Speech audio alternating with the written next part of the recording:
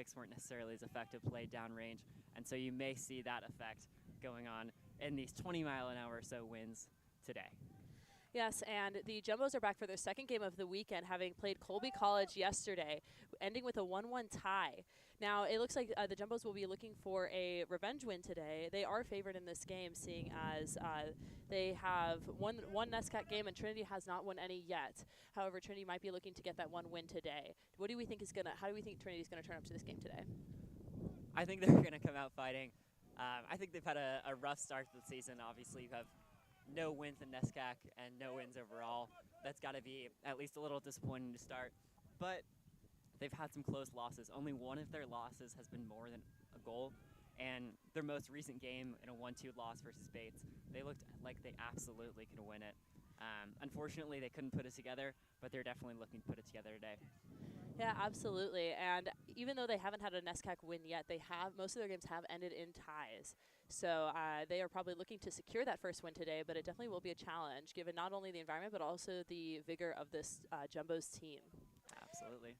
And it looks like we might even have a little bit of a family rivalry here on the field with Sean Trainer and Michael Trainer. Sean Trainer of the Jumbos, Michael Trainer of the Bantams, both forwards from Rye, New York. And right now we have a Jumbo corner kick here. Jumbos might be looking to send it in wide.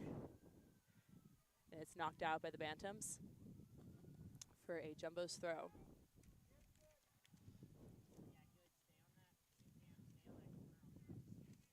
Absolutely. The Jumbos have been dangerous so far on some of these set pieces as they take it short. Absolutely. With only 2 minutes in the game, they're already pushing aggressively against the Bantams half of the field. They're looking to maybe send it in here again, but it's cleared out by the Bantams. There's a little fight here for the ball. And it's secured. And then out for a Jumbos throw. Yeah, and it looks like you're going to see Ian Daly with a long throw there. Ian Daly, one of the Jumbos' most potent weapons so far, as we see this Trinity counterattack not work out the Jumbos. Yeah, and Campbell with the ball right there, interfering with that pass. Still fighting for that. Ricochets off of the Bantams. Still a little fight for the ball here. Looks like Wall's able to clear it out for a Bantams throw. Yeah, Wall himself had a rough game. His mistake to give up the ball and get dispossessed did lead to the goal from Colby yesterday. So I think for him, this is absolutely a revenge game. Let him know that, yes, he still deserves to start at center back, and that one mistake is not going to define him today. Absolutely, and especially with Jumbos being favored in this game, a loss and a lack of a win this weekend would be devastating for this team. So hopefully they stand up to try to get that win and keep the motivation of the team up for the following NESCAC games. Absolutely. Tufts only having one NESCAC win so far this season, it's got to be disappointed. I mean, you come in ranked number 6 in the nation in the preseason, and now you're not ranked at all. You're, what, 7th in the NESCAC at this point? That's got to be disappointing for this Jumbo squad. And I think we still have time to at least put together something competitive in the NESCAC tournament, try and get that NESCAC tournament bid, if not a late at-large bid to the NCAA tournament, and that's got to be in the minds of all these players today. Absolutely. We see the Bantams being a little aggressive here, but the Jumbos were able to clear it out. But yes, I completely get what you mean, especially after the Jumbos losing 7 seniors this past year. I believe 3 of which were All-Americans, and so that's a tough loss for the team. So now we have to hopefully their more youthful players will be able to step up and make this a winning season for the Jumbos. Yeah, a lot of those players were some of the last remnants of some of Tufts title-winning teams, or at least those who tended to do better in the NCAA tournaments. And so losing that, you're really seeing the depth that Tufts had previously that is now starting. But it's really tough to say whether that depth is being properly replaced when you have a lot of freshmen coming in who don't necessarily have that experience. That could help explain Tufts' rough start early so far this season. But you are hoping to see them potentially bounce back as the season progresses. Absolutely, but hopefully, especially in this season and hopefully in the following seasons, we seem to have a very strong freshman class this year. So hopefully some of those players will be able to step up this season and in following seasons and make themselves the star players on this team. We've already seen that with Daniel Yanez being a strong freshman player on this team. And now we see the Jumbos pressing hard against the Bantams again, but it looks like a rush to the ball right here, and the Bantams are able to secure it. Keep in control of it while Jumbos are putting hard pressure. Send it down the line. And secured by Clivio. Yeah, Clivio's done well so far this season to really be a strong presence in that center back role, both in terms of as a symbolic thing in strength, but also being able to shield the ball and being able to pass it to those defensive midfielders like Siegelstein, like Aiden Walsh, who are able to bring the ball up and play it to those Tufts wingers. Yes, absolutely. And it looks like we're going to have a bantam throw right here. And we see that throw really affected by the wind there. And it seems like that's going to be a trend for the rest of the game with any of these high balls. Headed by Brady, looking to win it there. And Jumbo's looking to send it down wide, send it in. Oh, and Sean Trainer there looking to get a finish, but it's snatched up by the Bantams goalkeeper. Yeah, that's going to be Bernardo Simoes in goal. Well, he does have the second most saves in the NESCAC. That ultimately comes as having the second worst defensive output so far this season. It's been tough at the back for Trinity so far this season. Yes, well, he has been pretty decent in goal, and I don't think those goals are necessarily his fault and his fault alone. Giving up that many has been a necessary weakness on this Trinity team. Absolutely, and especially with an aggressive team like the Jumbos, their goalkeeper, or the Bantams goalkeeper, might be have to work a little hard to keep that ball out of the net. We see it's cleared by Gherkin, and out for what appears to be a Jumbo's throw. Oh, nope, called for a Bantams throw. Sent it over the head of Campbell. Cleared out by Trainer. Brady's looking to put pressure on that. Passed away out wide by the Bantams. So the Bantams are looking to send it wide, or send it in.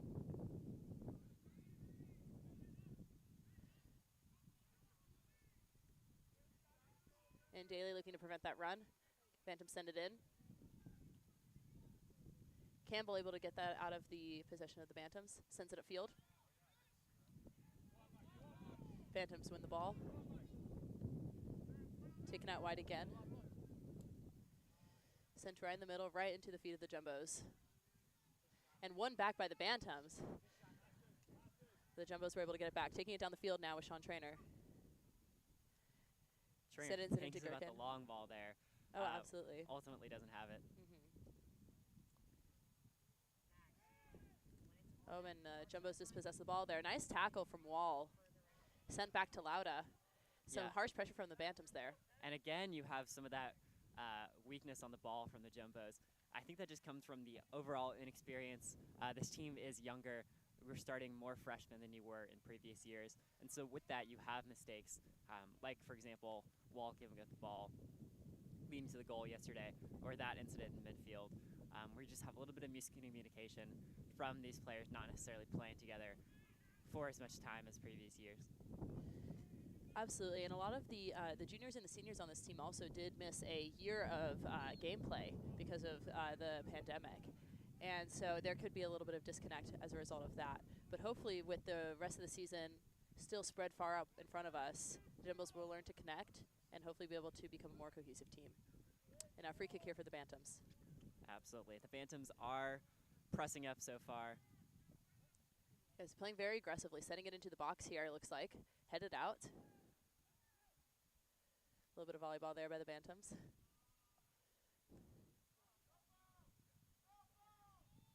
And it looks like it was off the Jumbo. Off the Bantams for a goal kick. Yeah, and this win, based on what we're seeing in the corner flags right now, does looking to be going in the positive direction for the Jumbos. So we're going to see if they can take advantage of that. Lauda is comfortable playing at the back, so that won't necessarily affect how long he'll going to take his goal kicks. But it will affect that kick by Wall. Hopefully Campbell sends it into Trainer here. Maybe looking for an opportunity perhaps to play back first. But definitely it's the Jumbos really want to capitalize on this wind advantage for the first half, because this would not be nice to play against in the second half. So absolutely. And the Jumbos have been very strong on crosses so far this season. So we're going to see if the wind is able to help those out, just causing chaos in that Trinity box, especially when they've been so weak relative to the rest of NESCAC on defense this season. See how the Jumbos can cause some chaos. Absolutely, and some fight for the ball right here. Taken by the Bantams. Kicked out by Daly. Sean Trainer kicks it out of bounds for a Bantams throw. Yeah, Trainer's definitely one of the senior leaders on this team, really willing to fight hard for the rest of the team and show that he deserves to start ahead of these other striking options. Yes, absolutely. We see a kickback there. As you can see, some of the effect of the wind right now. Absolutely, that can really affect how we win those high balls. It definitely makes it more of a challenge to be able to secure those. Now taken forward by the Bantams, some pressure. Bantams looking to send it in.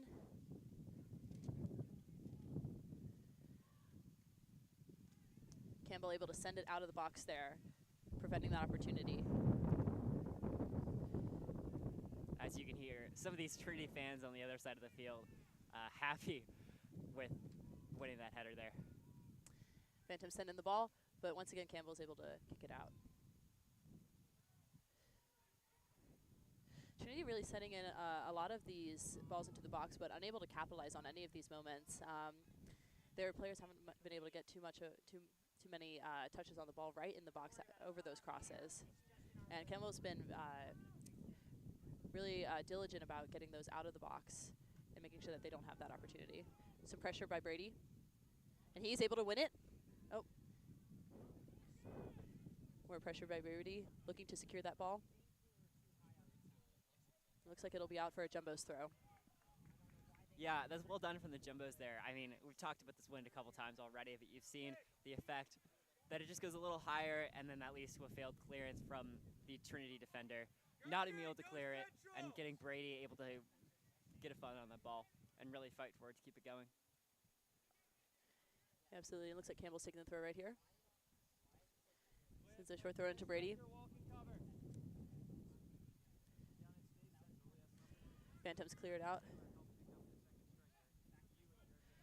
Kirkin's able to take possession, sends it back to Wall. Just looking to sends it back to Lauda. Yeah, Lauda comfortable with the ball in his feet here.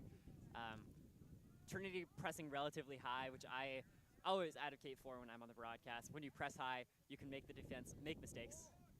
Oh, and it looks like Sean Trainer. Oh, can we get a goal here?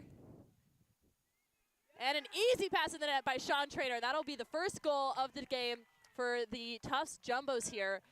Nice little goal by Sean Trainer right there. Trainer doing well there. Gets a near perfect ball played in, bouncing into the box. He gets a hit on it. Simoes makes a save, but ultimately isn't enough. Takes his time, slots it into the back left corner, and gets a goal for these Jumbos today. Yeah, and Sean Trainer being diligent on that follow-up with the rebound, and make sure to keep his calm and just taps it right into the corner of the net right there. Very nice goal by the Jumbos. Absolutely. And the brother-to-brother, trainer-to-trainer battle today. Sean Trainer of Tufts is currently 1-0.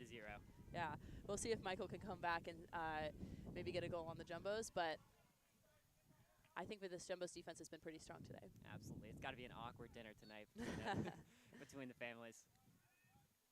Oh, sent a big ball in, just right to the Jumbos defense. Bantam's able to secure it, but kicked out. Some more pressure by Brady and by Sean Trainer right there, and it's out for another Bantam's throw. Absolutely, and a lot of that goal basically came from some high Tufts pressing when they were able to put pressure on that defense and make them make mistakes. Header by Brady.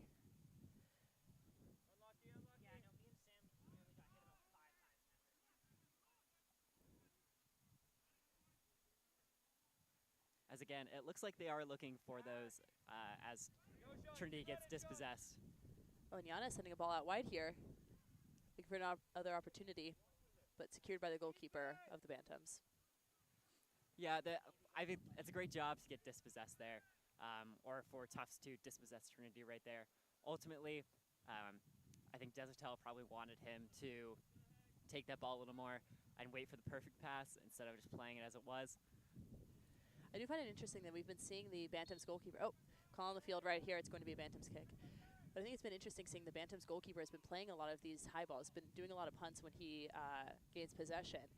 Especially with this wind, that is not might not be like the strongest play here, but we don't really see the Bantams building out the back. Yeah, I think part of that is maybe they watched yesterday's game, saw the Jumbos were a little weaker at the back this season, and thought that they could test them early. Oh, headed out by Brady. Sean Trainer looking to capitalize on this moment as he runs down the side of the field. Looking in the middle, maybe looking at Janos right there. Gonna take it forward, look at his winger. And the Jumbos dispossess the ball. Yeah, but a good opportunity there. Too much of a touch in that final third to be able to actually do something with that. Oh, and Lauda coming out, but stumbles. A little bit of hesitation there. That's always a difficult ball coming in from the side that far out. Sent up the wing. Jumbo's able to keep it in. Sent up the field. Sean Trainer is not able to beat the goalkeeper to the ball there. But it looks like the wind is going to help the Jumbos out here. Push it down the field a little more. Yeah, Simo's put in a tough spot there because he wasn't quite in the box. We couldn't quite handle it, so we had to do that awkward kick out. Sent in by the Jumbos, but kicked out by the Bantams. Oh, and another beautiful goal right there. Absolutely, just gets that space on the top of the box, looks up for the shot, powers it into the bottom left corner. That's 2 on that side so far for Tufts. Being able to just put that in and get the goal for Tufts today. And the second goal from, I believe that Sean Trainer, I couldn't quite see the number there, but just took a just capitalized on that moment when he had that open shot, sent it right in the back right corner. Beautiful shot. And now Jumbos are up 2-0 against the Trinity Bantams. Absolutely. And I think that comes from that Trinity midfield just not being able to press once that ball went to the top of the box. They were sitting on their own box, yes, but just because they didn't press and didn't get a man on that ball, it was have the time to look up, take the shot, and score. Yes, absolutely. Now Trinity already in the first half down by 2. This isn't looking good for them, so hopefully they'll maybe keep their energy up for the rest of the half and the second half, but it is possible that their spirits are dampened by this early loss with still almost like just under 30 minutes left in the first half. They're already down by 2. Absolutely. Not a great start for Trinity. Oh, and Gibson clears it out before Bantams could get a shot off. That was a dangerous situation right there. One touch could have had Lauda in some trouble. Absolutely. For these Jumbos here, you are seeing a lot of Route 1 soccer where you just play the ball up and run onto it. That's not exactly typical for these Jumbos. They are more willing, typically, to play possession soccer or play balls down the wing. Instead, you were seeing them play something up to their striker, like right there, for example. Yeah, looking for Brady in that moment, but unable to find him. Oh, and looked like Gherkin was about to take that chance forward, but instead tried to play it back. Instead dispossessed it. Campbell setting it in, but it doesn't look like it'll find anyone. Instead going out for a Bantams goal kick. Absolutely. And from Desertel here, you are hearing those instructions to A, give the midfield some support, and B, really put those runs in behind. They've seemed to work so far, obviously leading to 2 goals for these Jumbos today. And so they're going to keep playing that way if it continues to work out for them. Big kick by the Bantams goalkeeper, but unable to get even to half field because of the strength of the wind. It looks like one of the Bantams players is down for, very quick started by the Bantams. Looking to get into that box there, but Wall fighting for it, not letting that opportunity. Ooh, and that is another poor clearance from Wall today. Obviously giving up that goal, or his mistake leading to the goal yesterday, and another poor clearance there. That's a couple of rough starts for the center back today. Yes, absolutely. We see Lauda here about to take a goal kick.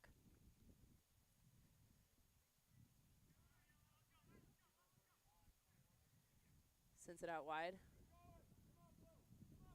Finding, I believe, Ian Daly. Yeah, Ian Daly is going to be dangerous opportunity here. And easy dive for Lauda right there. Great save. Yeah, Ian Daly is going to be the Tufts leading scorer and tied for lead and assist this season, which is strange coming from their right back of all teams. And Sean Trainer putting pressure there, but scooped up by Bernardo Simoes. Yeah, it looks like he was going to try and flick it on, but ultimately didn't have Trainer there to lay it off to. He sends it up, but again we see a wind taking a chunk out of that kick. Oh, bit of a header party there. you have that many heads like all going for the ball at once, it can be dangerous. Absolutely. That might just have been a little communication with that win. Not quite sure if it was going to pull up a little more or keep going all the way to Campbell. Absolutely, and that'll be a continuous issue throughout this game for both sides of the team, is being able to approximate where the ball is going to be headed after large kicks like that. Some strong pressure there by Sean Trainer.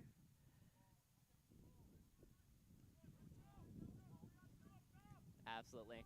Daly able to shield that, forward Louder to pick it up. Daly is a more offensive-minded player, as you might have been able to tell, as the leading scorer for the Jumbos so far this season. But that's also leading to whoever is playing in their defensive midfield role. Sometimes it's players like Siegelstein or Welsh, and be able to hold up and play more defensive and allow Ian Daly to bomb forward and make those runs. And you also have on the other side Gibson Campbell, who is able to play more defensive and have a strong at least 3 to 4 players at the back when you have Ian Daly bombing upfield. Absolutely, and we see Henry Perkins coming in for Mikey Brady here, giving that strong forward player some time to rest after those 2 goals. Absolutely. Tufts have deployed a platoon so far at striker. Haven't necessarily decided on one player to absolutely start in that position,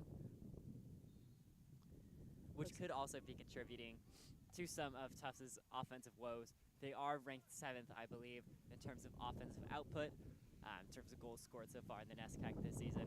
And that's got to be disappointing for the team that was ranked number 6 coming into the preseason. Do look to see them higher, and I think they look to see themselves higher as well. Absolutely, and they are looking to secure a higher spot in those NESCAC rankings with these future games, and hopefully this game will contribute to that. But we see Perkins, fresh-footed Perkins, grabbing the ball here. Oh, and a foul on the Bantams. Absolutely. Perkins, someone who is willing to fight between the tackles, really try and go in hard on some of these tackles to try and win the ball for the Jumbos. And I think that's the kind of behavior that Tufts really needs to promote on their team. Oh, beautiful ball right to Sean Trainer. He's able to settle it there. Pass it over to Yanez, but Yanez dispossesses the ball. A fight right now. Yanez is able to re-secure possession. Sends it in the box. Oh, and another goal! Finished by Henry Perkins. Well done by Perkins there, just for the Jumbos to put the passes into the box right at the penalty spot to 6-yard box, right in the danger zone. And I think if you're Simos, you are furious at your defensive line right now. Oh, to absolutely. be able to put like those amount of chances, put those dangerous chances into the box, and be able to get on shot on goal. You have to be so annoyed right now. Yes, Simos really being challenged today, but most of these goals are, I don't think he could have done anything about any of those 3. Yeah, I mean, I think you could make the argument that while he did save the first goal, that he ultimately wasn't able to do anything about it. But that's got to be frustrating for all 3 of those. Absolutely. Oh, and a foul on the Bantams there, giving Jumbos a chance to clear that ball out of their half. Absolutely. You are seeing a little less possession-based style so far for these Jumbos. But ultimately, if those long balls are working with this 20-mile-an-hour wind today, then why not play for it? Yes, it's interesting to see how they'll play in the second half when utilizing these long balls is going to be a lot more difficult since they'll be playing against the wind. Oh, out on the Jumbos, the ball goes flying sky high out of bounds. Looks like one of these neighborhood houses might be getting a free soccer ball today. High kick there by Gherkin. Doesn't seem too happy with that, but Bantam's free kick right here. Looking to set it into the middle. And once again, the wind absolutely decimates that kick. Yeah, coming off his foot, it looked like it was going to go pretty far. Ends up probably going about 20 yards instead. Oh, and one back by Gherkin. Maybe looking to play the center there. Still fighting for the ball to maintain possession. Kicks it out to Sean Trainer. Maybe looking to take a shot in. And taken by the Bantams. Sent out. Misplaced. Looked like he was trying to hit Henry Perkins there, who had his back to goal, yes, but looked absolutely dangerous in that position. I think these Jumbos just need one turn, one shot, and end up in a goal. Absolutely, and after that beautiful touch by Henry Perkins just a few minutes ago, they might be looking to secure a similar goal. Absolutely. The Jumbos have been clinical today on offense, something we haven't necessarily seen so far this season. But hopefully this offensive behavior for this game will be a nice confidence booster for the future NESCAC games. Hopefully the Jumbos can get back into their stride and see if they can secure a higher NESCAC position this season. Absolutely. As some people have pointed out, for the NESCAC so far this season, it has been a lot more open. The typical leaders of the NESCAC aren't necessarily as strong as they typically are in the past few years. And that includes these Jumbos. So it's very much been any given Sunday or any given Saturday kind of year for the NESCAC. I'm going to throw in by the Bantams. They might be looking to send into the middle here, but the Jumbos will not allow that. A little push right there. And the Bantams take it back. Play it back, maybe looking to get around. Strong pressure by Yanez right there. Henry Perkins unable to take the ball back. So that'll be a call against the Bantams. I believe that was offsides. Absolutely. And you can see how far Trinity has started pushing up so far. They're really trying. Obviously, when you're 3-0 down, that's really affected so far this team. Absolutely, definitely looking for those offensive opportunities as best they can. Because even being 3-0 down, especially in the first half, is a very vulnerable position. Absolutely. Although the Jumbos have been relatively inconsistent, and while they've done okay so far against the rest of the NESCAC, they do only have one win. And so while you would expect them to get the win today, especially based on a 3-0 lead, it wouldn't surprise me if this somehow ended up closer than it probably should be. Well, hopefully the Jumbos defense is able to hold back these Trinity Bantams and prevent any further opportunities so they can secure that win and keep that nice, comfortable lead. Owen headed out by the Jumbos. Yeah, Jumbos playing really defensively here, we see. Absolutely. I think if you are Tufts today, at this point in the game, you're going to try and tell them to sit back, just see out the rest of the game, maybe put a few up on counterattacks, but you don't necessarily need to send the entire team up on these counterattacks. You can afford to have your wingbacks, for example. You can have Ian Daly sit back. You don't necessarily need him participating in every single attack. Absolutely, and looks like we'll have a Jumbos throw right here. Jumbos feeling very comfortable in their position right here, but still playing decently aggressive in the Bantams half. Oh, and it looks like Ian Daly trips on the ball there. Bantams trying to push it back up to the Jumbos half. It's out of bounds for a Jumbos throw. Absolutely. The Jumbos, of course, are coming off a game where it was tied 1-1, where they outshot them about 20-5 or 20-6. And so, coming off that, there was a lot of anger or frustration from players like Elin Daly, who expect that when you outshoot them 4-1, you expect a better result than 1-1. And that is a little bit of a trend that we have been seeing, is not capitalizing on these opportunities, getting these shots, but missing them sometimes very dramatically, especially with the game from yesterday. We saw a lot of balls going way over the net. But it's good to see that, at least today, the Jumbos are taking advantage of those opportunities and almost in the upper 90 there by Liam Gherkin. Absolutely. That almost looked like a beauty, and I was ready to celebrate that go again. He looks up. I think everyone on the field knew he was going to shoot right there. Ultimately, it doesn't go in, but a great attempt from that so far outside the box.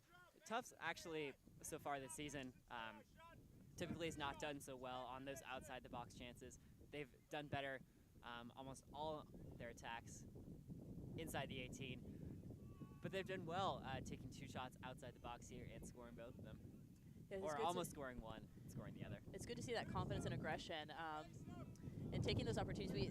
Even the shots that they've taken outside the box today have been very nice shots. Not all of them have been finished opportunities, but we are starting to see that confidence come back to this Jumbos offense.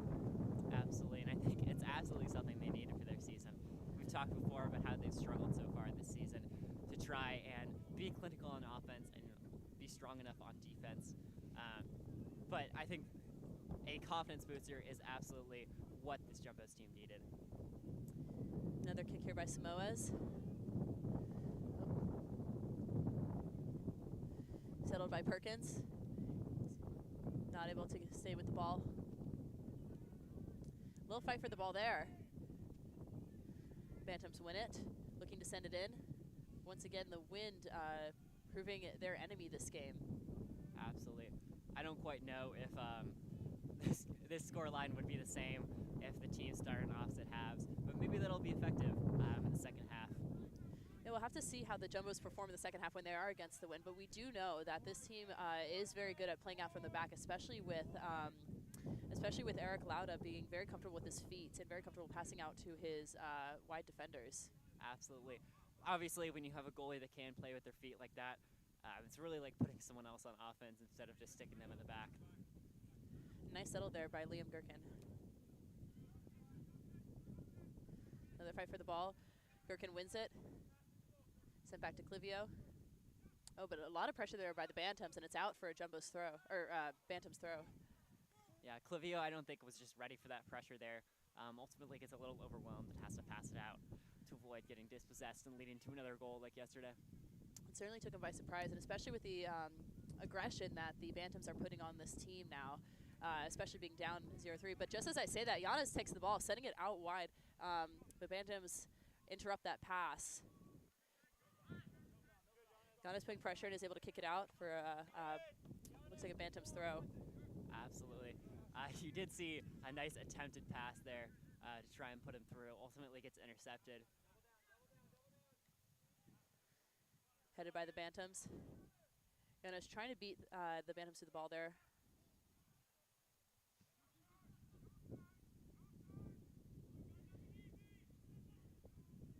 We're seeing these aggressive fights for the ball here in the midfield.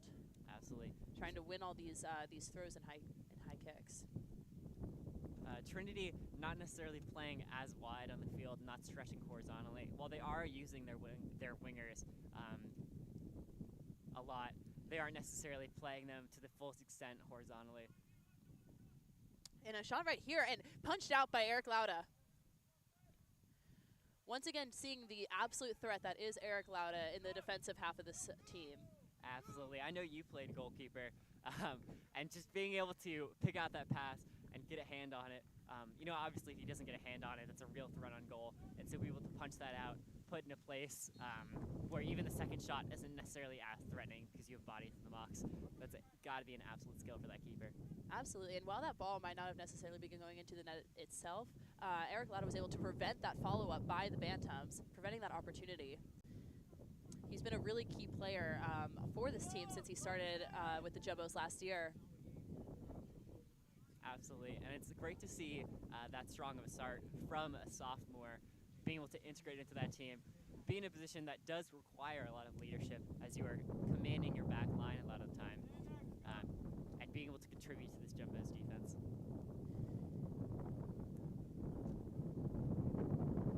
Bantams secure the ball, looking for an opportunity out wide. They're able to find it. Bantams looking to run with this, send it up. Oh, and just right out of bounds, it looks like. Oh, but once again, we see the wind playing a factor, keeping that ball in, but it normally would have gone flying out. Yeah, the wind, for the first time today, maybe helping Trinity. But again, with this threat that is the wind against Trinity, it will be very interesting to see if the Jumbos are able to still keep up this aggression and this play in the second half when they are facing against the wind. Absolutely, as we see a great switch there from Clivio. Unlike earlier, when he looks a little overwhelmed by that pressure, really looked comfortable, fakes him out as we have attack here. And Shin taking the ball in, looking to get a shot off, and it's rejected by the Bantams. Yeah, Shin doing well there as a super sub this year, especially. Just being able to be put in and make an immediate effect on the team. And we see Owen Denby coming in here for Ian Daly. Yeah, Daly has been an absolute leader. So when you have a sub like Owen Denby, you can have him be a more defensive sub, whereas Ian Daly does typically contribute more in attack, really solidify your defense and see this game out. And the Jumbo's doing a really good job of keeping possession of the ball and passing it around here. It looks like they might get another opportunity off, and it's out of bounds for a goal kick. Or corner kick. Oh, yeah, it looks bounce like off it of the might hit Bantams for a corner there. defender on its way in. At the top of the city, 10 yards out or so, roughly at about the penalty spot. You got to put that in, I feel like. Obviously, the corner kick is a great kick, but you have to do better there. We'll see how this corner does with the wind, but the wind's dying down a little bit right now. The corner gets, didn't quite catch that. It looked like it was punched out by Samoas. Absolutely. Tufts does have at least one goal so far this season directly off a corner. So with the win today, I would not be surprised if it happened again. I know in my soccer career as a middle school student athlete. And wow, we see pressure there by Perkins. Sorry to interrupt, but really Totally putting fine. pressure there on Samoas. A little bit of pushing there by the Bantams. They're taking it out wide, but oh. Yeah, it does look like a shoulder-to-shoulder tackle there as some of these subs are coming in. It looks shoulder-to-shoulder to me. It did look like Wall, or maybe that was Denby, took a little bit more of the brunt on that tackle, but it looked fairly clean in my view. And with 10 minutes left in the half, Bantams are throwing it in. Maybe looking to send a ball in to get a shot on goal, but it's rejected by the Jumbos. Bantams take it back, running in the middle, looking out wide, hoping to cross this ball in right here.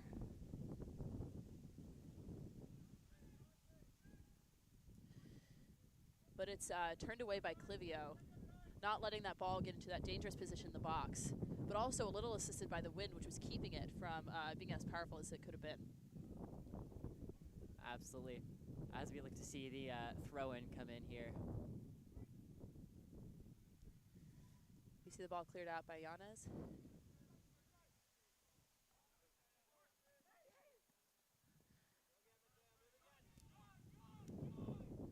Ball sent up by the Jumbos. And they're able to win it back. Shin with the ball now. Kicks it forward to Perkins, who's looking to send it in, but ball is kicked out by the Bantams. Yeah, and you can feel the frustration here from Trinity, knowing the game isn't going in their way. And we can especially see that with the slightly more aggressive tackles that we're seeing from them this game. Absolutely. I mean, obviously, I think if you're losing, you tend to take your anger out on the game so far. But, you know, you're looking to turn that anger not necessarily into harder tackles, but into more dangerous chances and more solidity in their defense. And some good shots on net as well. And so it looks like Bantam sending that up. Oh. Looks like that'll be a Jumbo's kick. Yeah, looks like he shoved him in the back a little there. Generally are called by most referees as fouls there. We see Clivio looking to capitalize on that space that he's given right there. Passes it up to Yanez, looking to turn and maybe send it out wide. He finds his wingman out there. Jumbo's looking to get into the box, but not quite able to secure the ball, and it's out for a Bantam's goal kick. Yeah, I think trying to lead those wingbacks is obviously one of the hallmarks of this Tufts team, being able to have them push up and contribute on offense. The Denby couldn't quite get there, unfortunately, but does well to try and contribute on that attack. We see yet another sub from the Bantams today, trying to get some more fresh feet on the field, hoping to capitalize on some more opportunities before the half is over. Absolutely. With about 8 minutes left in this first half, trying to get a little more experience for these younger players. Oh, and almost a shot on goal right there by Shin, but it's knocked out of bounds by one of the Bantams' heads.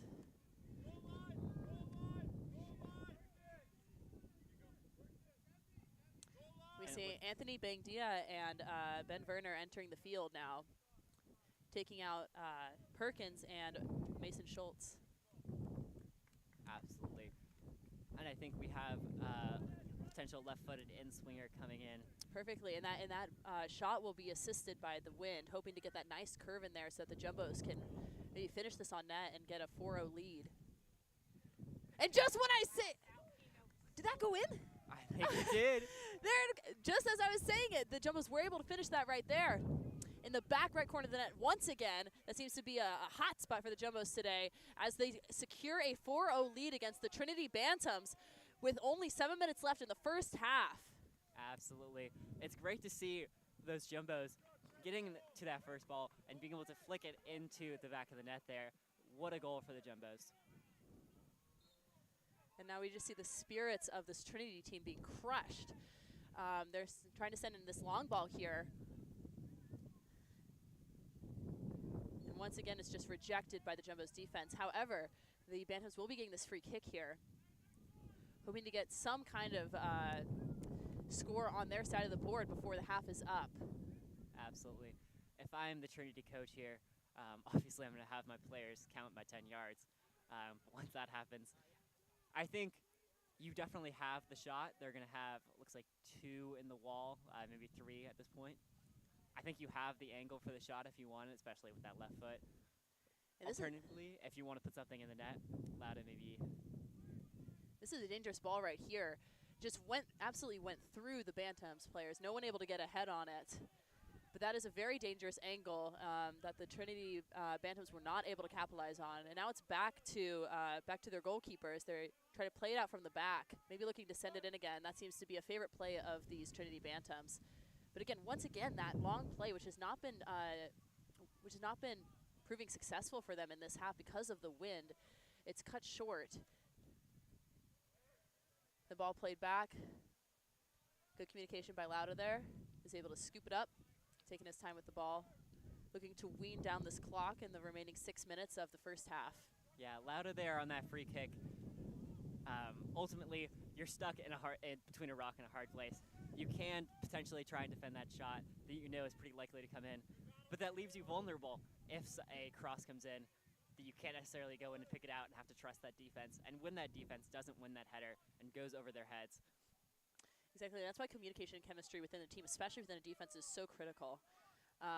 Especially when it comes to balls like that, where a miscommunication could lead to a goal. Absolutely, and that's why you have to have players like Clivio, who are both likely to win the header just due to that height, but also leaders as one of your center back pairs who need to have one of those stronger roles and lead on those defensive chances. And Bargania passes it to Cook, who looks to send it in, but it's headed out by the Bantams. I believe that was an offsides call there.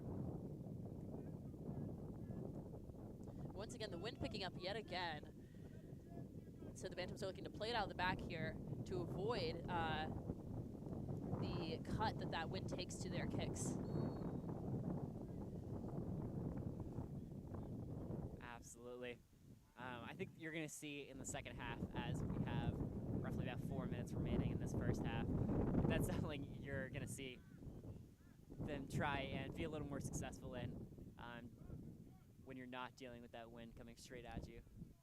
And that ball just going straight out of bounds, wasting that kick for the Bantams. Clivio is able to retrieve the ball. Giannis passes it out wide, looking to play it up.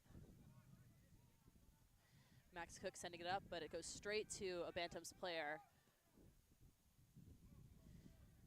Bantams sending it in. Lots of pressure by the defense here, not allowing the Bantams to turn here. It looks like they might be able to get a cross in, but instead they pass it to the middle. And rejected by the Jumbos. Oh.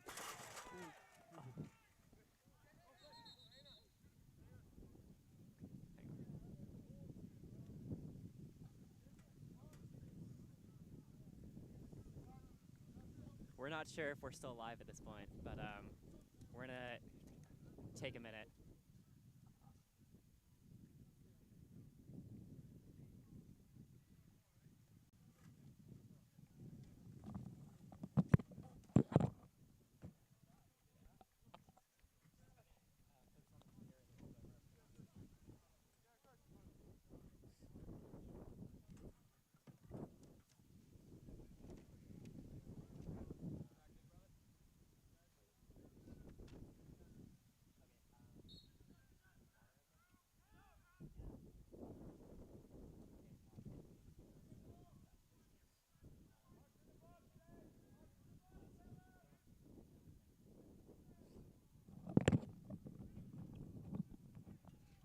looks like Matteo Bargania taking a really hard hit there, just crashing right outside the field. Once again, showing how aggressive this Trinity team is being now that they are down.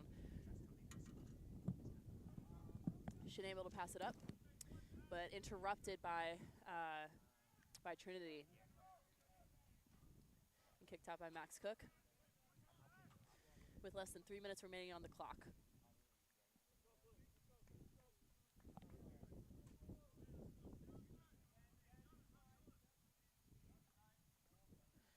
Bantam's looking to throw it in along the sidelines, but stolen back by the Jumbos. Played forward, but was deflected out of bounds by the Bantams for a Jumbo's throw. Max Cook with the throw here. Sends it into Wu Vin Shin. Plays it back. Feinberg finds Clivio, who passes back to Lauda, but there's a lot of pressure on Lauda by this Trinity team. Sends up the field. Looks like the Jumbos might be able to take this chance right here, but it's rejected by the Bantams. Again, taking that ball along down the sidelines here. They send it in. And headed out by the Bantams. Jumbos take it back, maybe looking for another opportunity here. Looks like Max Cook is going to try to send it in. Oh, and another goal right there. A goal from Wu Vin Shin with less than 2 minutes remaining in the first half of this game. As you can hear the woos from the crowd for Wu Vin Shin. Definitely happy to see that goal. And that comes from that Trinity defense not being able to step up and put pressure on that Jumbo midfield. Again, leading to what, 2 or 3 goals from this Jumbo midfield that came just from those attacks. We're seeing this this Trinity defense starting to collapse, probably under the pressure of this 0-5 loss right now, or potential loss at the moment. But once again, we're still seeing the Jumbos being able to capitalize on those moments in the box, which is a nice refresher from yesterday when they were struggling to capitalize on those exact plays. Giannis here taking the ball up with some nice touches, keeping very good control of the ball here, sends it in the middle to Wu Vin Shin, but is not able to secure it. Jumbo's revitalized by this incredible lead right here. As we have 1 minute left in the first half, this has been in the tale of 2 families that we discussed earlier. Their parents might be a little more proud of one family member tonight. For the Jumbos, you were very happy with this half, obviously scoring 5 goals in the first half. That has been the spark that they've been looking for this entire season. And you've looked great from the defense all the way up to the strikers, especially in a season where you haven't necessarily looked as strong with your striking options. For Trinity, you're obviously disappointed with that scoreline, especially with your defensive line, just not putting the pressure on the Jumbos. Although they press high, they haven't necessarily pressed well in their own half, leading to some weak goals that you're very disappointed to give up. Absolutely, and that will mark the end of the first half. Jumbo's leading 5-0 against Trinity College. Jumbo's very, very happy and comfortable with this lead right here. Curious to see how they will perform in the second half against the wind, but with this very comfortable lead, maybe trying some new things, looking for some more creative opportunities, maybe even putting some more fresh feet on the field. Absolutely. And we'll be back in the second half to give you some updates from around the NESCAC, and we'll see you in a few.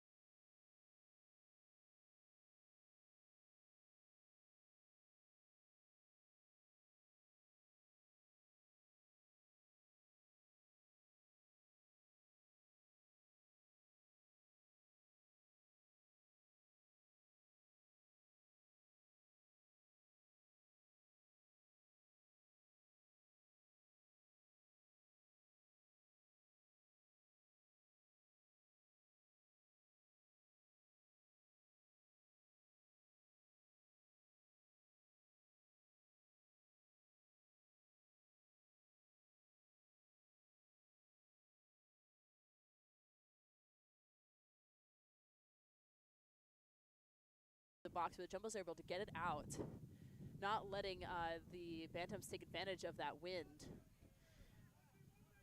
They send it out, but the Bantams repossess it again, but Perkins gets it and sends it out. Ooh, probably should have been a long ball there instead of something short, but does have the switch if he wants it. And Siegelstein looking for an opportunity. Oh, and the pass is interrupted.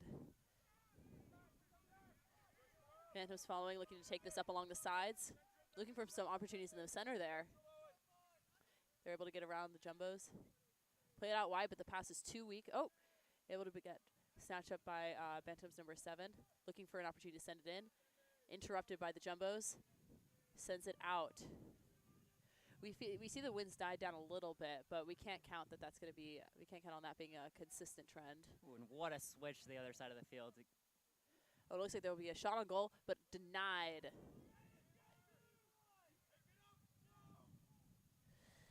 Yeah, the Trinity making the Jumbos sweat a lot within these first 5 minutes on the field. They're putting a lot of aggression on the Jumbos, pushing forward and already getting quite a few opportunities.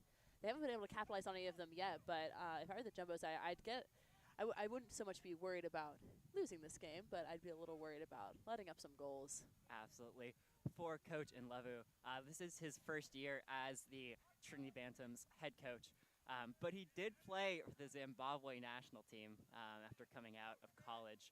And so being able to have that international experience, whatever he told him in halftime, it's clearly working. Yeah, it really looks like he was able to motivate these Trinity players. They're making connecting a lot of passes, and they keep looking to send that ball in the middle. That one just goes out of bounds. Absolutely. Just as the Jumbos were able to use the wind to their advantage in the first half, you could see Trinity playing those same kind of long balls in the second half and ultimately try to take advantage of it. And we can hear the Jumbos bench getting a little frustrated with how quickly they've allowed the Trinity to put pressure on them in this second half. But it looks like Lauda will be taking a goal kick. The wind's starting to pick up again, so it's curious to see how far it'll go. And as we see, Lauda with his goal kicks making it past half field in the first half. This one doesn't even make it to half field, just showing how big of an effect the wind has on this game. Absolutely. You also saw the Jumbos bunch up there in the midfield as Trinity has a potential attack here. Try and solidify defensively. And Trinity sending it in, but it's knocked out by the Jumbos. And when you solidify defensively and bunch up and reduce your verticality, you prevent them from having the space to take those shots that the Jumbos were able to capitalize on in the first half. Oh, and Perkins tripped right there by a Bantams player. Yuki stopping the clock. Perkins standing up looking a little bit shaken. And that's going to be a yellow card for Trinity for their center back. We're going to see how that affects the rest of the match, if that's going to be able to make a significant impact. Maybe not able to go in on as hard on these tackles. And Jumbo's probably looking to send this ball in here, but with the wind very strong, they might have some trouble getting it clean into the box. And so they choose a low ball here, looking to send it in. And once again, cleared by the Bantams. And now out of bounds for a throw. Yeah, did well to do the flick there, but ultimately couldn't turn it in anything substantial. And we see that this is the challenge when being on the offensive against the wind is not necessarily being able to take those, to send those high balls into the box because of how their distance will be just chopped up by the wind. Absolutely. As we get to see more of Lauda taking his time at the back here, being able to play it out. Although he chooses to send it long instead of playing out of the back, and it's just snatched right back up by the Bantams who try to send it in. Lauda coming up to just scoop this one up again. Curious to see if he's going to try to play from the back or if he's going to send it up again. It is a little risky setting it up. Oh, and he goes for a throw. Very nice choice here. Straight to the feet of Owen Denby. With a nice bit of skill there to get past his man. Yeah, some nice footwork here by Trinity, but definitely making the Jumbos sweat a little bit to maintain this very, very strong lead.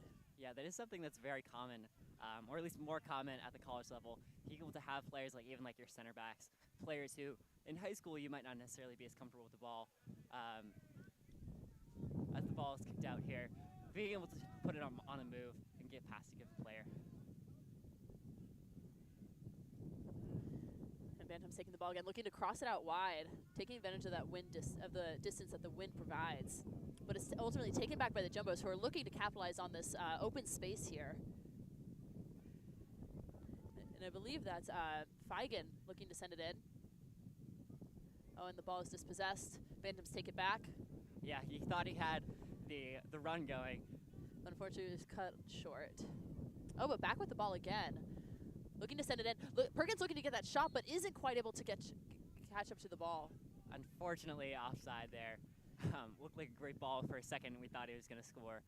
Ultimately, just a little bit too heavy of a touch. And it's offside anyway. Yeah, now Trinity taking this free kick here. Looking to use this wind advantage to get some extra distance on these kicks. We noticed that in the first half, the Trinity keeper was unable to get good distance on his kicks, but now we see it's going almost like 2/3 of the field here. And Trinity player knocked down, stands in disbelief instead of following after the ball. Ref finally calls a delayed foul. A little bit of contention here on the field. Absolutely. Oh, but they make up with a little shoulder hug. Typically, when it comes to the refs at Bello, it's usually Desatel having his beef with them, but he's gotten better over the last few games, I will say. And so Trinity getting this free kick that they were looking for. Lauda setting up his two-person wall. Now, I wonder if he should have put more there, because I think the ball may come in there, but I think this far out, I think he's good with a two-person wall. It looks like Trinity's probably going to send that in and look to hook it back towards the back corner. And Lauda's a fast player and would have been able to cover that ball had it gone any lower, but it just goes flying about a foot over the net for a Jumbo's goal kick. Absolutely. I mean, I think when you're putting 8 to 9 men in the box, that definitely telegraphs that you may be wanting to put it in. Goes for the shot there, unfortunately just puts it over. Yeah, surprising to see that he went for a straight shot instead of trying to send it in, but it is possible that the wind made that look more like a shot, less of a cross. Absolutely, I can definitely see that. Lauda taking his time with the kick. Sends it up. Great kick by Lauda, but only reaching half field once again because of the wind. Stolen back by the Bantams, looking to take that up the side of the field. A little bit of fighting for the ball here. Knocked out by the Jumbos, and after some bounces, it's gonna end up as a Bantam's throw.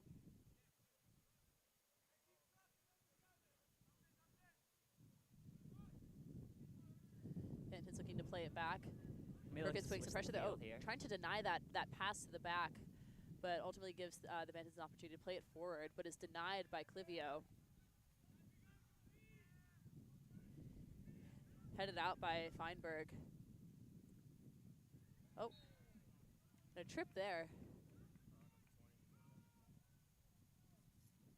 Yeah, and Desatel not happy so far with all of these potential one-on-one challenges in the air, and the Jumbos not winning as much as he feels they should be able to win. And I'd probably agree with that. I feel like when they've gone up in the air, that Jumbo's defense does need to be doing better in terms of aerial challenges. Feinberg taking a really nice kick up there, but and looks like Perkins is able to get the ball, going in for a one-on-one with the goalkeeper, trying to get that shot off. Oh, and the goalkeeper denies it, but another rebound. And it's still in play. Some heavy chaos right now on the Bantam side of the field. And a shot, but it completely misses. Ooh, I thought it was 2 great chances in a row. 1 great save from that Trinity keeper to really keep his team in the game. I thought they were going to score, but just well there to prevent any real Jumbo's chance on the net. And being this far behind for the Trinity team, it is probably a nice little bit of a confidence booster for Samoas to get that save. Because as a goalkeeper, it can be really disheartening when you're losing by this much. Absolutely. That is probably going to put them to worse than the NESCAC defensively after this game. So being able to salvage some of those stats will at least make them feel a little better. Absolutely.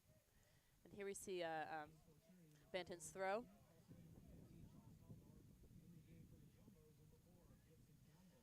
And we see Gibson Campbell coming back onto the field for this second half right here.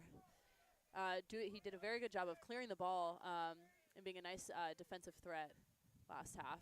And here he is again, once again, taking that ball, trying to take it up the field, looking for some opportunities, is unable to find Feigen. Daniel Yana is fighting for the ball here. Ball taken back by the Bantams. And Tufts has really been trying to put the ball behind, just as the Trinity Bantams are doing right now. And the Bantams not really approximating, or not really taking into account the wind there. Looked like that was meant to be a cross, but the wind completely pushed it out of bounds for a Jumbo's goal kick. Yeah, it's definitely tough right now. Putting in crosses that you might get a little more luck on a day not as windy or with the wind going the other direction, but any potential miss kick is really not going to go well for you, as we've seen so far this half. Lauda with the kick. And once again, the ball not even reaching half field. Settled down by the Bantams. Played out wide. Sent forward. Campbell trying to race to the ball here and prevent that opportunity. And he's able to win it.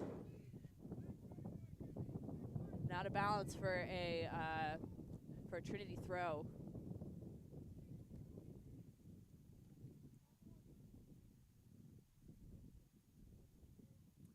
Some pressure from behind. Looks like it'll be knocked out again for another Trinity throw.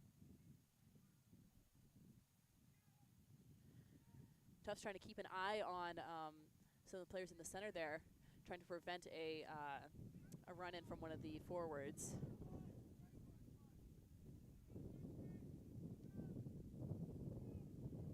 Once again, Campbell putting pressure on those Trinity players out wide, not allowing them to get that cross off.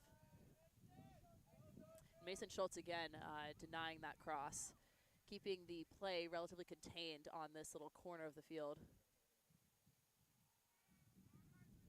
Yeah, Tufts right now. Perkins takes a little slip there as Bantams cross it. Definitely trying to put 11 behind, when possible, behind the ball. Really solidify their defense, making sure no silly business happening. And once again, another Jumbo's goal kick as Trinity fails to capitalize on their aggressive offensive pressure. Absolutely. And you can see Trinity cutting off those easy passes, making Lauda try and take the ball. The wind dying down for just a second here to take this goal kick. But and we've been seeing Trinity win a lot of these high balls. And this is really where they get to take the ball forward, is when they win these 50-50 balls and try to take them out wide on the field. And that'll be a call against Trinity for a Jumbo's kick. Absolutely. Trinity, they're probably a little frustrated with that one. Maybe saw it as a little more 50-50 than a foul. Did look a little bit like a slip, but I am no referee. I just stay here. Oh, and a strong boot there, but the wind's able to keep it out of bounds, or keep it from going out of bounds, as the Jumbos try to take it forward, but it's won back by Trinity. They send it down the field. Oh, a clever little back kick there by Trinity. Jumbos trying to prevent those runs in. From Clivio. Oh, and Lauda with the save. Denying that opportunity. Those can be very scary, especially with with a lot of people in the box like that. It can be very hard to save the ball, or to see the ball. Absolutely. Lauda doing well there to come out and save it. But now with the back door open for a potential cross finish. Looks like a free kick will be here for Trinity. Just on the edge of the box.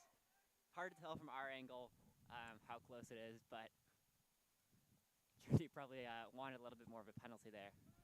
Looks like Lauda's trying to set up a wall, but yeah.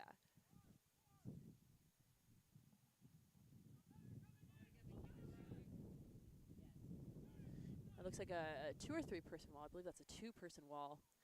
Lauda trying to cover the middle of the goal there, but leaving the back door of the net a little vulnerable to a backdoor finish.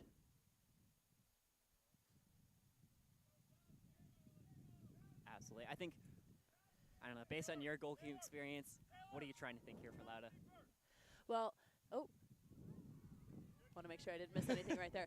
Well, what was beginning to worry me was Soraya, I believe is how you say his name, number 20 on Trinity, loitering near that back post. Had there been a good cross to him from his fellow Trinity players, he may have been able to rush in and finish in that backdoor that was not thoroughly covered.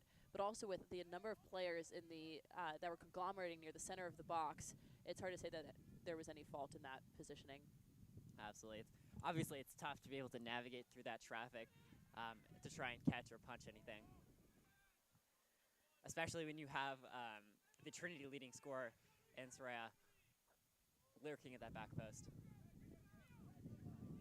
And ball out for a Trinity throw. Sends it down the field, right to that offensive threat that we just mentioned, but out of bounds again.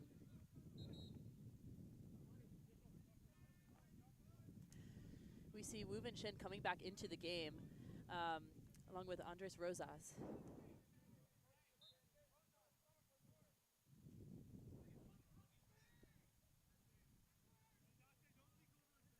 Trinity's failing to keep that ball in.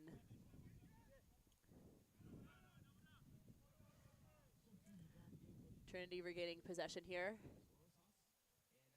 Looking to turn with that ball, but Campbell's able to secure it, and it's out for another Jumbo's throw. Yeah, Campbell doing well so far this game, being able to be that strong defensive presence for the Jumbos. And while he is much more of a defensive wing back as compared to someone like Ian Daly, as I mentioned earlier, I feel like he's definitely been able to participate on both aspects of the offense and defense today. Oh, header by Trinity. We see a lot of head volleyball here during this game, and little push there. Rosas being pushed down by a Trinity player. Yeah, Rosas getting a free kick here. Definitely looked frustrated for a minute there, but ultimately gets the foul out of it. And Jumbos decide to play it back, looking to build here. And it seems to be working as they switch the field. Finding Shin, who finds his winger. Looking for a cross there, able to get around the Trinity players and send it in. Oh, and a beautiful header that just misses the goal. Just misses that diving header there. Yeah. Had essentially a free header there at the back of the box, with Trinity not being able to track over and defend it properly. Yeah, Rosas looking to get that one in the back of the net and secure a goal for this game within his first few minutes on the field, but unable to do so. With those headers, it can be really hard to have an accurate shot on goal. Goal kick here from Trinity. Once again, Trinity wins is first to the ball.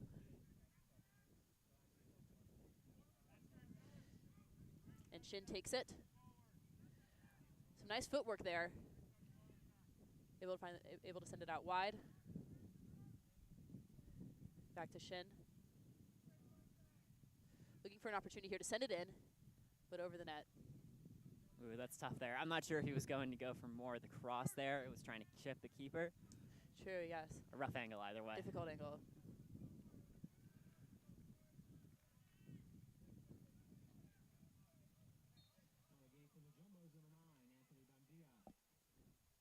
Anthony Bangdia now taking the field and replacing Perkins. Yep, another one of the platoon of tough strikers. They haven't quite found, I mean, you could argue that someone like Mikey Brady might be their number one, but I don't know if you could say that as definitively when you have players like Henry Perkins and Bangdia. Well, Bangdia winning the ball and sending it forward, but maybe getting a shot. Nope. Trinity beats them to it before the Jumbos can get a shot off there. Yeah, I Sending think it up the field. he had the shot for a second, but a nice counter developing here.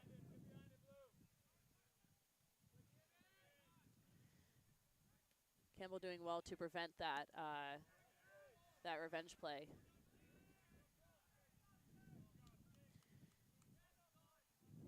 Tufts able to regain possession of the ball, played out wide. Yeah, moving back to that earlier play, I think Tufts had the, was dispossessed. Strong pressure there by Trinity, but the Jumbos do not falter. Able to get out of the box, but another chance develops here. And a Trinity player falls down, but the ref does not call the foul. I I don't know. If I'm the ref, I would consider calling that. I would have called that as well. Very, very obvious trip there. I don't know. We try not to roast the referees too hard on this broadcast. I mean, I feel like they've done a pretty good job so far this season, at least from what they have seen. I don't think I've seen anything too egregious or anything game-changing in any of our games so far.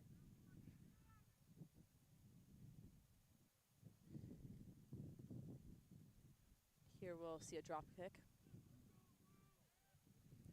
Trinity back with the ball, looking for some options. Trying to switch the field here. Trinity trying to take it forward, but Shin is able to get that ball out from the Trinity player's feet. Bangdia putting some pressure on. Absolutely. You can see that swarm of Jumbo pressure, being able to put pressure as the wind is really... Can you say the wind is heating up? I don't know. More like cooling down. Oh, and Bangdia with the ball here, but unable to get a shot off. Trinity takes it forward. Jumbos are trying to push out of the back. James Gunn is unable to prevent that pass. Sent in. And goal by Trinity. Eric Lauda not quite able to get to that ball first. Goes straight to McDermott on the Trinity team. He's just able to tap it right past Eric Lauda into the net to get Trinity 1 goal on the board for this game. Absolutely. That's going to be their 6th goal on the season. Hopefully improving their slight record. They are the only team in the NESCAC so far this season to have less than 1 goal per game on average. And so even getting these goals, in these relative blowouts at this point, helping to improve their season stats a little bit. But the Jumbos not too phased by this, looking to still maintain that defensive wall there and put a little more offensive pressure. Absolutely. I think if you're Coach Destel for the Jumbos today, you're not especially stressed about it. You're probably a little stressed, but nothing too much. It is unfortunate to give up a goal like that, but still with a 4-goal lead, the Jumbos definitely are not sweating here. Looking to take it forward for another opportunity. Rosas trying to get this touch off, but unable to get it. Bounces right into the hands of Samoas. Absolutely. Samoas does well there to play up, standing at the edge of their box. Definitely dangerous when you have an oncoming attack, but able to snuff out any potential attack. And Samoas taking advantage of that wind to send the ball high up, but Trinity's unable to control it as it goes out for a Jumbos goal kick. And we see Mikey Brady coming in here for Bangdia, putting that offensive threat back on the field. Absolutely. And I would say that he's number 1 central striker for the Jumbos. And so having that strength on the field just to see out that game, maybe put 1 more past Trinity. It's a strong presence on the field. Eric Lauda taking the kick. Finds Brady. Shin kicks it over. Rosas looking to win it, is unable to. Siegelstein able to dispossess the ball from Trinity. Brady sends it into the middle, finding Siegelstein, who tackles to try to win the ball back, is able to get it. Brady looking to get this shot off here, but the goalkeeper beats him to it. Ooh, that's tough. I thought he had Wu and Shin going through on goal. Likes to go with Brady. Ultimately, the pass is just a little too heavy and is able to be collected by Trinity. Once again, Samoa is taking advantage of the win with that very large punt, attempting to find a Trinity player, but instead finding the head of one of our Jumbos. Trinity takes it forward, looking to send it out wide, but it is stolen by a Jumbos player. Kick to Brady. Wu Shin sends it. Now some touches between Siegelstein and Campbell. Looking to switch the field here. Clivio with the ball. Passes it out wide. Trinity not stopping this pressing. Playing like they're still in it, even though the score is a 5-1. You couldn't tell just based on how they're acting. And that's what comprises a good team. Even if you are down, it is very important to still keep that energy up and still give the game 110%, trying to take advantage of whatever opportunities you can and keeping strong pressure on the ball and not giving up, because games can go in any direction. Absolutely, and that's surprising given the season that Trinity's having so far. And that was a nice ball in by Rosas, but was not able to find any Jumbo's players, so it's cleared out by Trinity. Rosas scrambling to get back and take advantage of take that ball back, but unfortunately the field was switched. Trinity now taking the ball along the sides and just snatched out of the air by Eric Lauda. Lauda making up for the goal scored earlier today. I'm sure he wanted the shutout. Little unlucky not to get it. But even so, when a cross like that occurs, he has to scramble to get to that back door, and it can be very difficult to shift your attention. But it definitely can be very frustrating for a goalkeeper, especially a goalkeeper like Eric Lauda, who's extremely talented and was probably looking to end with a shutout this game. Oh, and Clivio lets that ball go right past. Eric Lauda goes and scoops it up, not letting that breakaway happen. Absolutely. Well done from Lauda there to be able to come out and claim that, especially with the attacker coming in. That definitely requires a certain amount of skill for that. Lauda here with a little bit of a drop kick, but Campbell's just barely able to control it after a missed touch. Sends it back. Oh, and Trinity takes the ball back, looking for an opportunity here. And it's cleared out by Clivio. And that's well done there from Trinity. And that comes from their high pressing, just not giving up. Like we said earlier, being able to get an attack and put something potentially on net. Absolutely, and that's critical for them right now. That was a very dangerous opportunity for Trinity. Very risky for the Jumbos, getting a little sloppy there and allowing that to go through.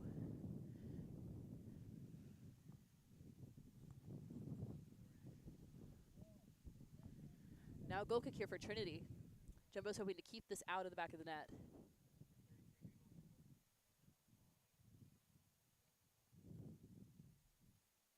As the corner comes in. Oh, and corner goes out. Yeah, that's definitely tough there. Maybe you can blame that one on the wind. Yes. And Jumbo's with quite a few subs here. Seems like we have Daniel Yanez, Alex Wall coming in, along with, not quite catch the third person. We got 3 subs there from the Jumbos. Alex Wall coming in strong, taking the ball, looking to send it up the field. Finding Henry Perkins, but the wind once again prevents it from getting to his feet. Absolutely, you're seeing some of that strong Jumbo presence in that midfield, being able to close down and get the ball back. Yanez sending it in, but Jumbo's unable to get a foot on it.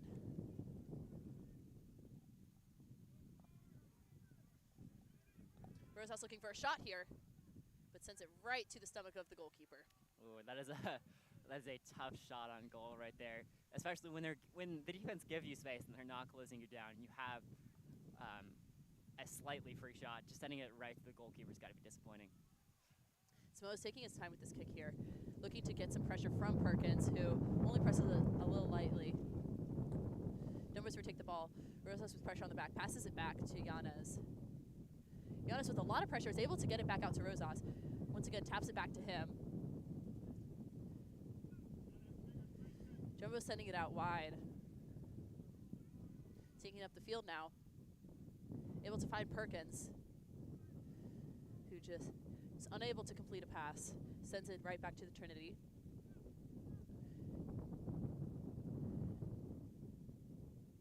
Clivio able to protect the ball as it rolls out of bounds. Absolutely. For a Jumbo's goal kick. And that's one of Clivio's strengths, to be able to be strong, shield the ball out, and make sure that no attacks develop from that.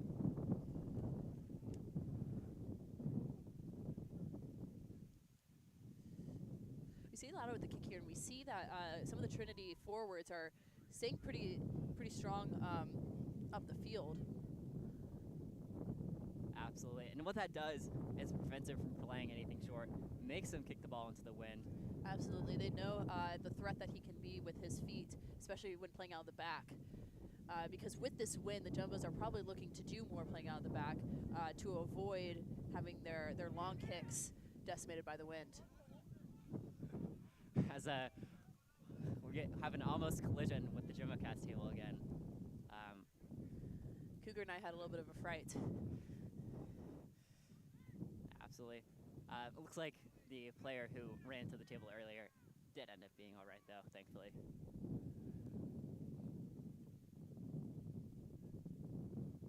Campbell here with the throw.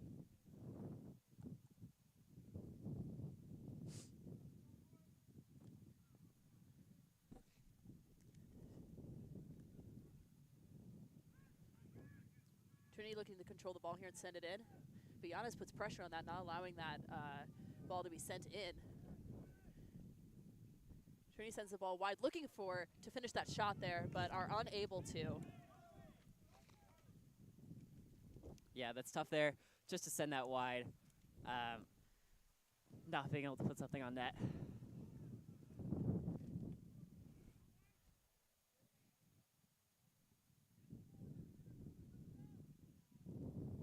we hear Trinity getting a little impatient with the Jumbos, who are starting to take their time with these kicks. I mean, I think if you're allowed, it's exactly the opposite of what you're trying to do. You're just trying to take as much time on these goal kicks as possible, kick off 30 seconds. Especially with only 15 minutes left on the clock, the Jumbos are feeling pretty comfortable with their win here, but don't want to allow in any more goals. Want to keep this nice 4-goal lead.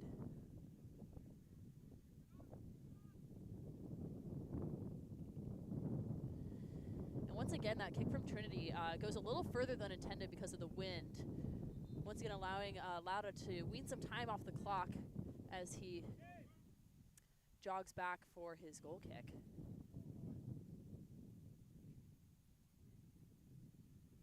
Absolutely, and Lauda will take some more time off the clock here, as we seem to have this repeating scenario where Trinity plays some Route 1 soccer, kicks the ball up high, it goes out, and then Lauda takes another goal kick. Big kick by Lauda here, but once again, many yards of the kick taken off by the wind. Although it looks like the Jumbos will get a free kick here. Maybe hoping to get another goal in this the last few minutes of this second half.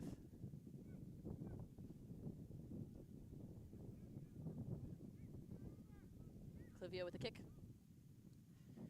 Tries to find Campbell, but once again with the wind, he's unable to. Trinity taking the throw here. Absolutely. Trinity able to get around Campbell, but not past Alex Wall. Rosas wins the ball there, but... Oh, and Henry Perkins going in for the shot here, but Trinity is able to tackle and get that ball back.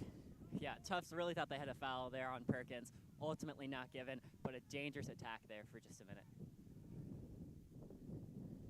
And out of bounds for a Trinity throw. Trinity getting that ball very quickly back into play. But kicked out again by Clivio.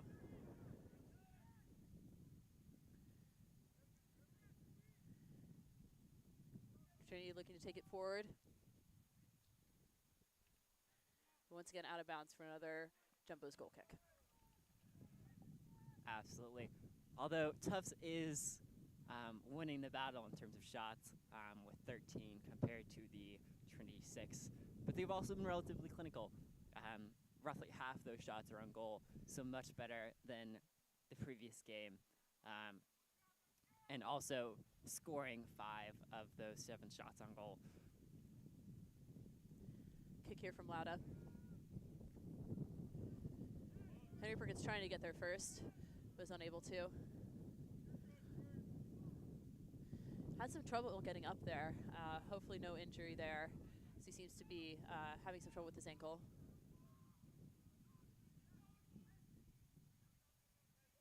Jumbo's fighting for the ball here. But Trinity winning.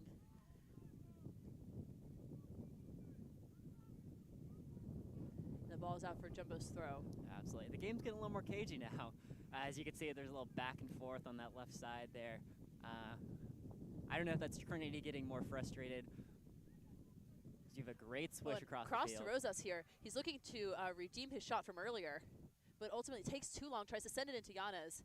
He's looking for that shot there, but it's out of bounds. Just a little wide there. I mean, when you're running and you try to have that cross ball shot, especially on the ground, that's just a tough one to put on net. We see Ben Werner coming in here for Woo-Vin Shin. As we also have a goalkeeper change, it's going to be Matt Bierenhawk coming in net.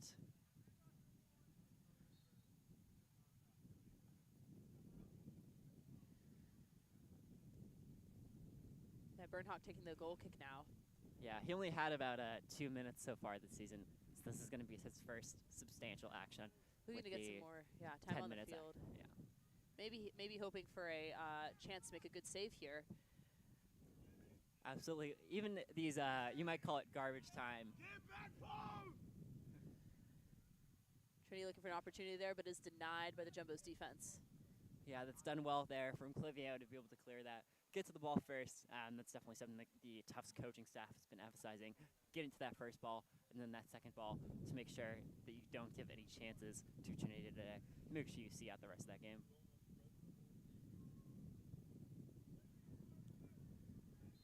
That would be a corner kick for Trinity.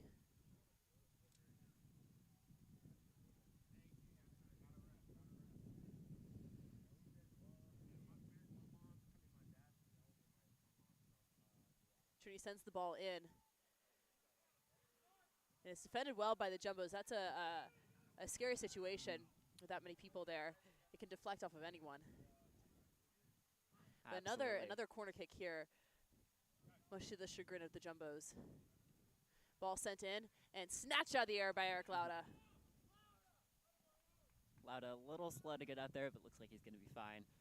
But that's well done there to go up and get that. That's a tough acrobatic challenge. And while he is taller than a lot of the rest of the field, it's just tough to do. And having to push through all those players and be aggressive to get that ball out of the air, he removed the ball from a very dangerous situation. Ball played out wide by Trinity. Looking to take that down the field. Taken in towards the middle. Played out to the other side of the field.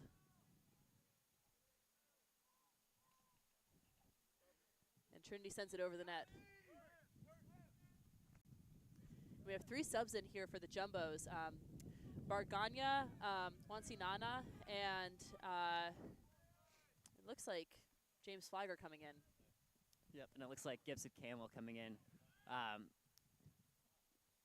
center back, I want to say, coming in for Max Clivio, who's had a pretty great game so far. Goal kick here by Lauda. Finds Feinberg in the midfield, who tries to send it forward. Some nice speed there by Barganya, but he's unable to win the ball back. Campbell looking to control the ball here. Pass denied by Trinity.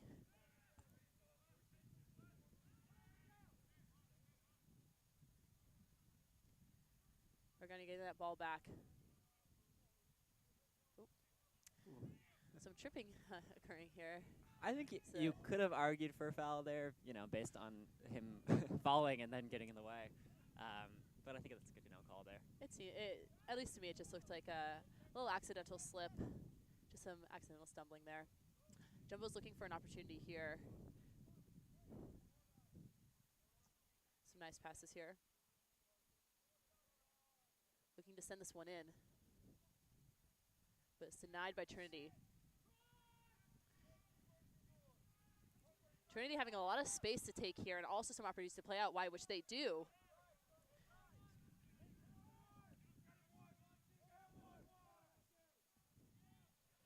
Trinity has there's a little bit of a hole in the center there. They tried to take advantage of it, but the shot is rejected.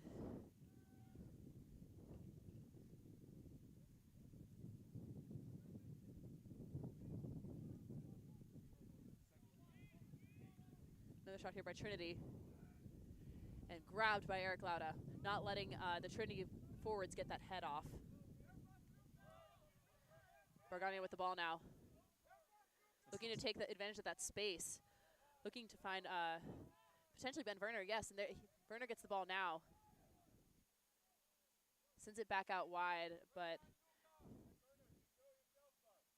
not quite sure what he was going for on that cross there. Maybe just put it a little too heavy. Does still probably argues he probably should have taken it himself. and really capitalize on that opportunity when you're that close to the goal. Jumbo's looking to get a shot off here, but it's stopped by the new goalkeeper, Burnock, who rolls it out wide. Well done from the sophomore there to hold on to that hard shot and not let a rebound go out. Monsignana with the ball now, looking to play back to Campbell. Campbell sends it up. Lands right to the Trinity player. Rosas trying to put some pressure there. Trinity plays it out wide. Some nice short passes here as Trinity tries to get around the defense, but sends it over the net. Mason Schultzen now for the Jumbos. Absolutely. As we have about 5 minutes left, you are looking to see some of that rotation, some of that depth for the Jumbos. Maybe give some of those freshmen some chances.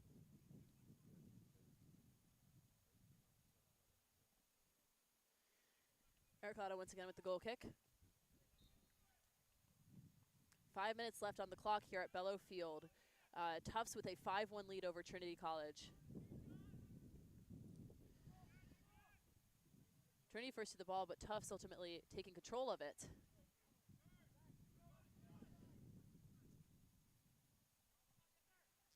Organia looking to pass it out to Schultz, who tries to send it in, but again, right to the sophomore goalkeeper from Trinity, who once again rolls it out, looking to play from the back and take advantage of that space out wide. But Monsignana able to put pressure on it, win that ball back.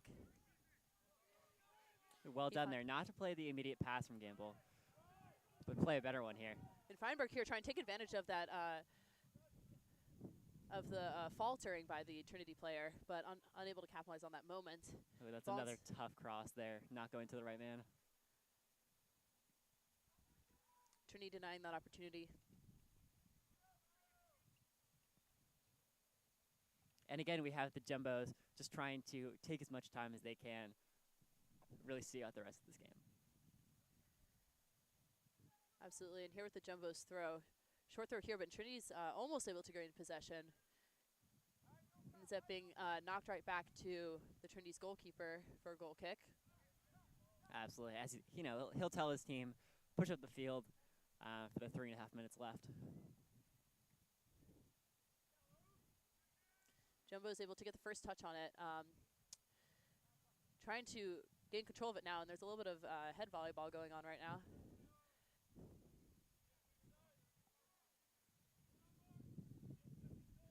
Trinity with the throw here.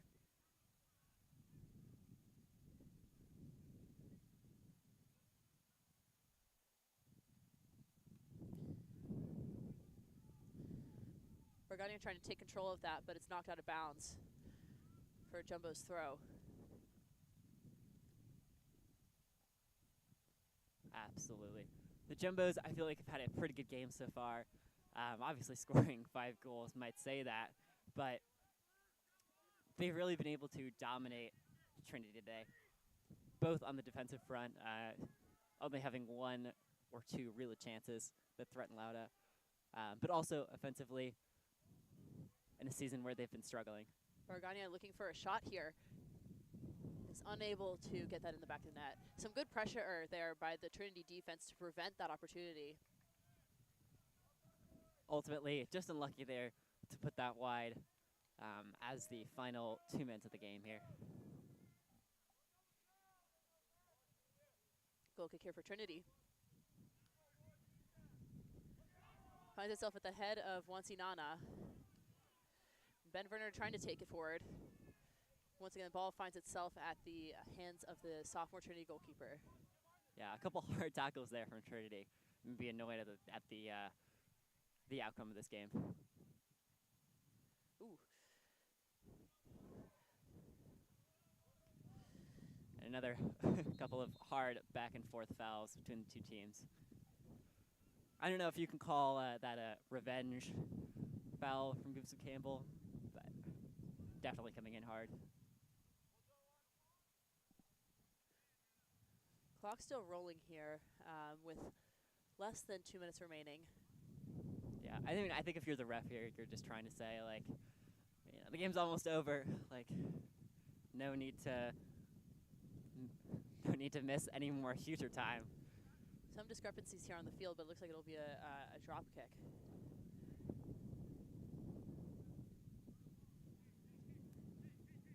Clock finally stopped until the ball gets back in play.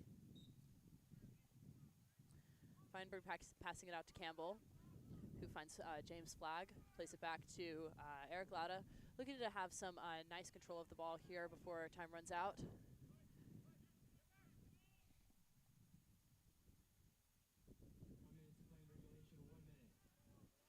Bargania looking for an opportunity here. Trinity putting some hard pressure on him. Trinity able to deny that opportunity.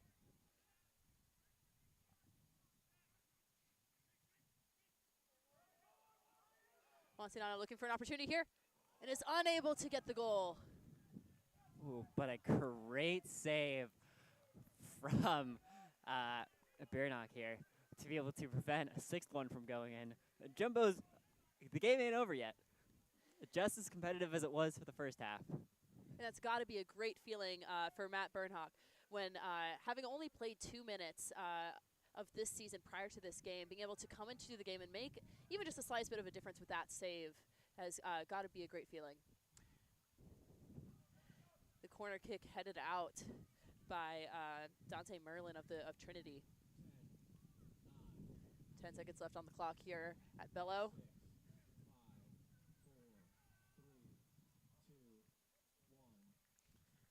And that is the end of the second half here at Bello Field, with the Tufts Jumbos winning 5-1 against the Trinity.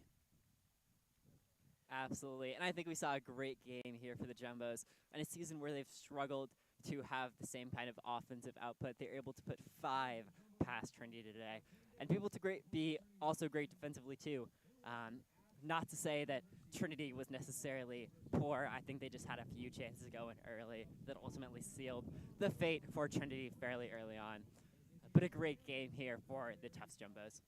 And what I think is one of the most significant takeaways from today's game is seeing those Tufts Jumbos really capitalize on all those opportunities that they really struggled to do yesterday against Colby College. So I hope to see that translate into their future games for the rest of the season. I want to see more of them really executing those opportunities to give them some more wins in this NESCAC season. Absolutely. For Trinity, their next game is going to be October 8th versus Bowdoin, where they hope to come back from today's loss. For Tufts, their next game is going to be in about 10 days at Clark College on October 12th. And the next JumboCast game, in case you were curious, is going to be this Friday, where volleyball will play Colby at home at 7 p.m. So thank you for watching. We will come back with an interview in just a few minutes. So stay tuned.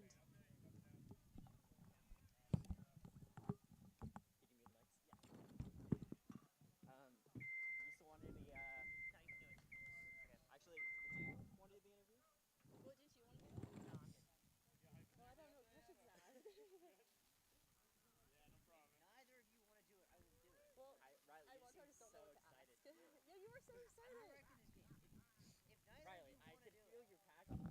So do neither of you want to do today? Whoever said that this wasn't as bad as the women's soccer game, you jinxed it. Sorry. No, the women's game was so much worse. Okay. I just don't know It what just got way worse after you said that. I'll show you today, and then next time All right, I'll do it. You set up? Yeah. That was a little weird to do with that audience. Stay there because we're going to need you for the interview. Okay. Okay. Yeah, clear it. Let me get. Zachary, do you clear the refs? 1 second.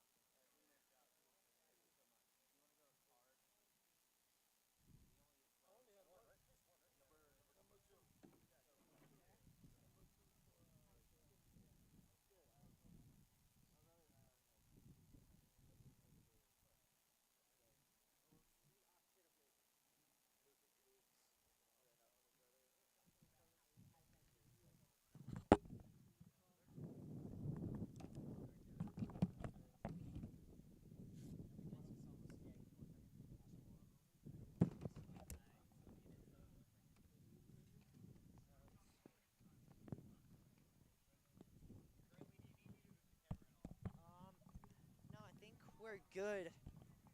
We'll just, move it out like slightly that way.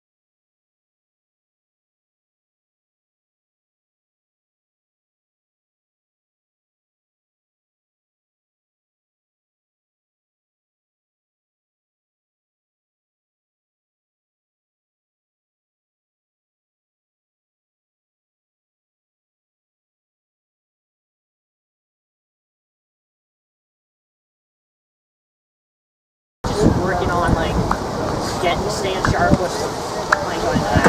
Yeah, so it's kind of unprecedented having 10 days off, but from games. But I think, at least for me, just give my body a rest for a couple days and then get back at it. But I think for the team, just keeping the morale high, keeping everyone really sharp, engaged, hit the drawing board a little bit, figure out some things, and attack the second half of the season very strong.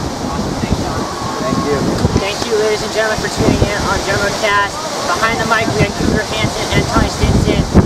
I was directing, and we had Max and Zach behind the cameras. Thank you for a wonderful day, and have a wonderful night. Yay! Thank you, guys. Thank you. Great.